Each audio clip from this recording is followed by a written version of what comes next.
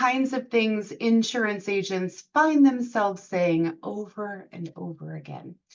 So I'm going to start with when your new client, customer, policyholder calls in for the very first time. Have we quoted you in the past? Is it the first time calling in? That's going to tell me whether or not I'm going to pull up a profile that's already created for me. That helps me skip a step. If they already have a profile created for me, I'm going to confirm their foundational information: name, address, phone number.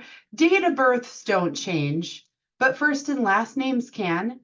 Addresses certainly can.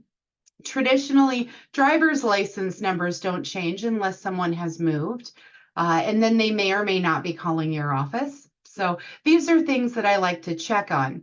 If in the case you are creating a brand new profile, I like to, after getting name, address, I see the number they're calling in on, maybe I just confirm that that is a cell phone number and not a home phone.